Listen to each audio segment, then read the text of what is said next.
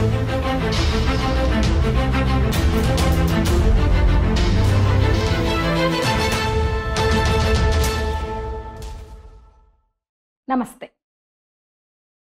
స్త్రీ చదువుకుంటే కరువు కాటకాలు వస్తాయని వేదాల్లో ఉంది.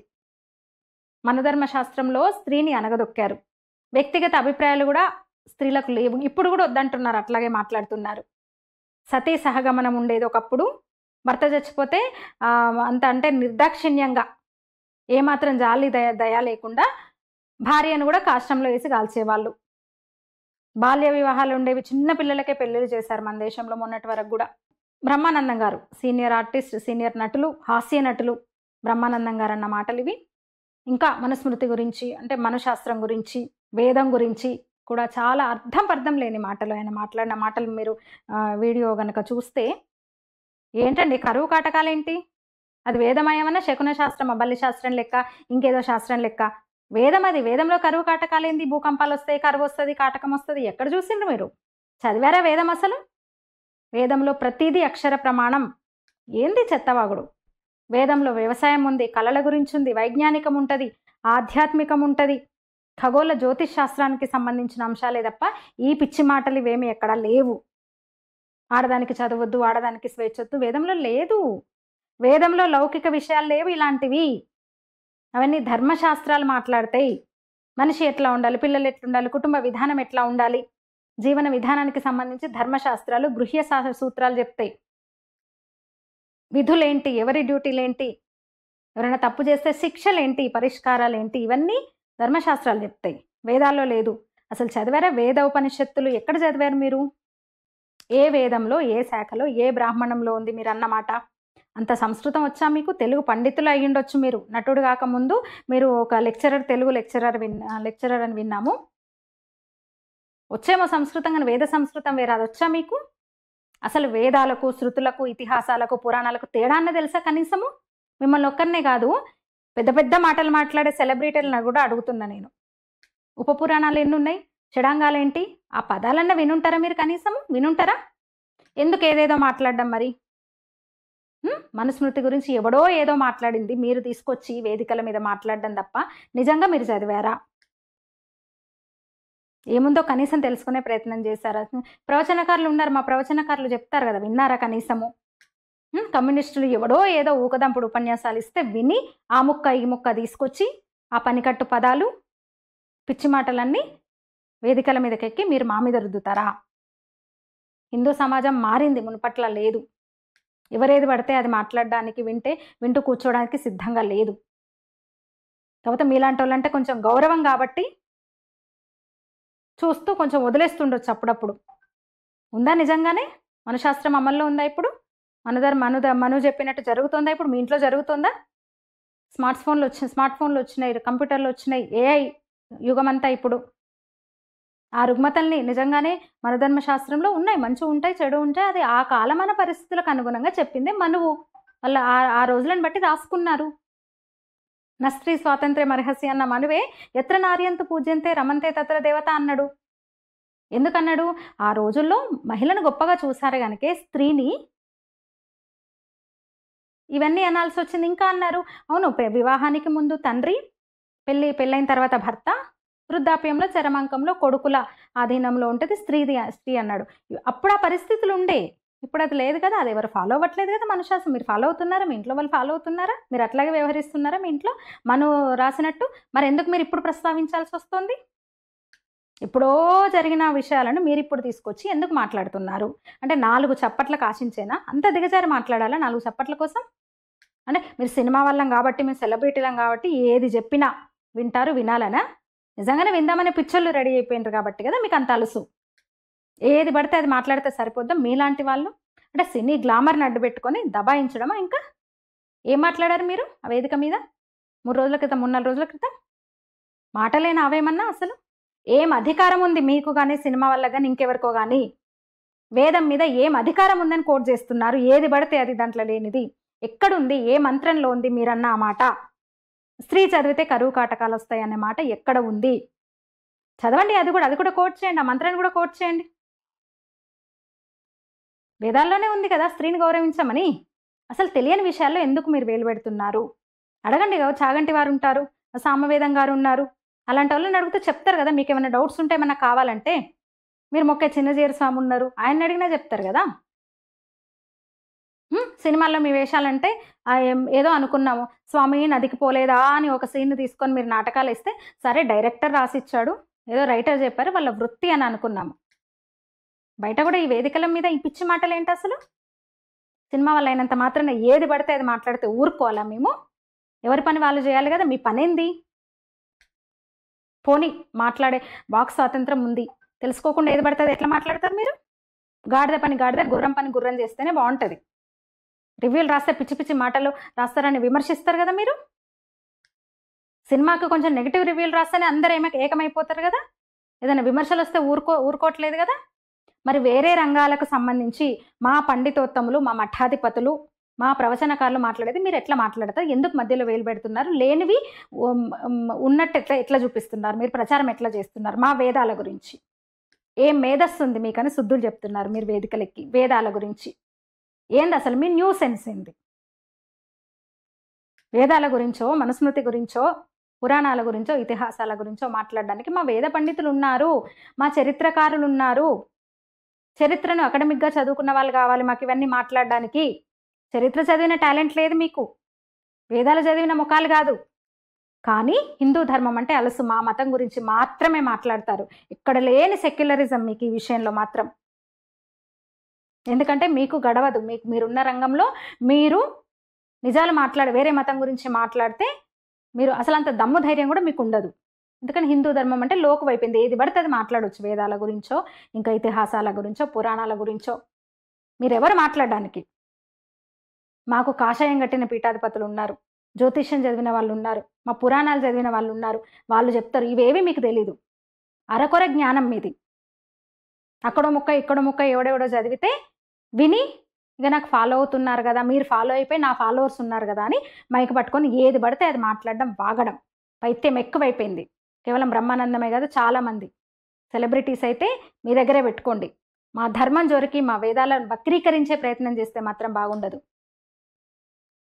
ఎందుకు మీకు గడవదు కదా. మీరు సెక్యులర్ ముసిగేసుకొని తిరగాలి, లేకంటే మీకు ఫీల్డ్లో గడవదు. అసలు ఇదంతా కూడా మీకేదో ఎక్స్ప్లెనేషన్ ఇవ్వడానికి కాదు. కమ్యూనిస్టులు కూడా అదే చేస్తారు. వాళ్ళని అసలు మేము పట్టించుకోం, బదులు కూడా ఇవ్వం. మీరంటే కొంచెం గౌరవం ఉండేది. బ్రహ్మానందం గారంటే ఓ మనవాడు అన్న ఒక గౌరవం ఉండేది. ఎందుకు ఈ వయసులో అంత అపకీర్తి మీకు? ఎందుకంత అనిపించుకుంటున్నారు? 100 సినిమాలు 1000 సినిమాలతో తెచ్చుకున్న కీర్తిని పనికి రాకుండా పోతుంది మీకు ఈ వయసులో. ఇన్నేళ్ళు సంపాదించుకున్నారు కదా, మంచి పేరునట్లు ఉంచుకోవచ్చు కదా. మీరు పుట్టకముందే మారినాయి పరిస్థితులు. మనశాస్త్రం అమల్లో లేదు ఇప్పుడు. అసలు ఇప్పుడు ఎందుకు మాట్లాడినట్టు ఒకటే క్వశ్చన్. మీ ఉద్దేశం ఏంటి? నిజంగా ఏదో మార్పు కోసం మీరు ఏమన్నా కృషి చేయాలనుకుంటున్నారా? మీరు కూడా రాజా రామ్మోహన్ ఆ తరహా ఏదైనా మార్పు చేయాలని, నేను కూడా సంఘ సంస్కర్తను కావాలని ఇప్పుడు అనుకుంటున్నారా? మీరు ఇంకా రిటైర్ అయిపోయారా? సినిమాల నుంచి రిటైర్ అయిపోయినా ఈ టైంలో ఏదైనా చేద్దాం అనుకుంటున్నారా? అది ఎప్పుడో చేయొచ్చు కదా. ఎన్ని రోజులు ఏం చేస్తున్నారు? నిజంగా మీకు అంత చిత్తశుద్ధి, సమాజంలో మార్పు, స్త్రీ సాధికారత గురించి అన్ని పెద్ద మాటలు మాట్లాడారు కదా మీరు. అంటే సినిమా వాళ్ళు ఏది చెప్పినా వినసొంపుగా ఉంటుందని వింటారు పిచ్చోళ్ళు వీళ్ళు అనుకునే కదా మీరు ఇట్లా తయారైంది. ఏది ఇతర మతాల గురించి మాట్లాడండి. మళ్ళీ అడుగుతున్నా నేను, అంత దమ్ముందా మీకు? ఉందా మీకు? అసలు ఎవరు పడితే వాళ్ళు, అందరికీ చెప్తున్నా, ఎవరు పడితే వాళ్ళు దేని మీదైనా మాట్లాడొచ్చా, స్పందించవచ్చా? తెలియని వాటి మీద ఇట్లా దుష్ప్రచారం చేయొచ్చా? లేనివి మాట్లాడొచ్చునా కల్పించి? అసలు బ్రహ్మానందం అనే వ్యక్తి 810 సినిమాలు చేశాడు కదా, ఆయనకు అంత టైం ఉందా? వేదాలు ఉపనిషత్తులు చదివారు ఆయన. ఎక్కడో ఎవరో చెప్పింది వినుంటారు, ఇక్కడికి వచ్చి రుద్దుతున్నారు. అంటే సామాన్యుల కంటే మేము గొప్ప, మీ సెలబ్రిటీస్ మాకు ఫాలోయింగ్ ఉంది అని రెచ్చిపోవడమా? అంటే రేపు ఇస్రో పరిశోధనల గురించి కూడా మాట్లాడతారు మీరు ఇట్లనే, చరిత్ర గురించి కూడా మాట్లాడతారు ఇట్లనే వక్రీకరించి. ఇప్పుడు మా ధార్మిక, ఆధ్యాత్మిక, మా వేదాల గురించి మాట్లాడుతున్నారు కదా, రేపు హిస్టరీని కూడా ఇట్లనే మీరు స్టేజీలు, వేదికలు ఎక్కి ఇలాంటి మాటలు మాట్లాడతారా?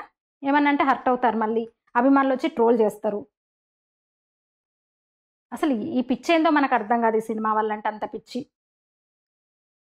అరే ఇస్రో సైంటిస్టులు ఉన్నారు, కొత్త కొత్త ఆవిష్కరణలు తీసుకొస్తున్నారు, వాళ్ళని గౌరవించండి. రాజకీయ నాయకులు పాపం ప్రజాసేవలో ఎంతోమంది మంచి నాయకులు ఉన్నారు, అలాంటి వాళ్ళను ఈ మోదీ లాంటి వాడు ఉన్నాడు. సెలబ్రిటీల కన్నా తక్కువేం కాదు కదా, వాళ్ళు ధర్మాన్ని కాపాడుతున్న వాళ్ళు, మనల్ని మేల్కొల్పుతున్న వాళ్ళు. ఎప్పటికప్పుడు వాళ్ళని గౌరవిద్దాము. అసలు ఆ తమిళనాడు నాశనం అయిపోయింది చూస్తున్నాం కదా, ఇలాంటి వాళ్ళ వల్లే కదా, ఈ సినిమా పిచ్చి వల్లే కదా. మితిమీరిన అభిమానం పిచ్చితో ఏమైందో చూస్తున్నాం కదా. తెలుగు రాష్ట్రాలు కూడా అంతకు తక్కువేం లేవు. నార్త్‌లో ఇంత పైత్యం ఉండదు. ఒక స్వామీజీ వస్తున్నారు, ఒక ఒక ఒక మహంతి వస్తున్నారనంటే నీకు అమితాబ్ బచ్చన్ రాని, ఎవ్వరు రాని అసలు లేవరు అక్కడ కూర్చున్నోళ్ళు. కనీసం పట్టించుకోరు. అందుకే వాళ్ళకు కొంచెం ధర్మం పట్ల ఇంకా కాస్తో కూస్తో మిగిలి ఉంది. దేశభక్తి ఉంటది, ధర్మభక్తి ఉంటది మనతో పోలిస్తే. ఏ మాటకి ఆ మాట ఒప్పుకోవాలి.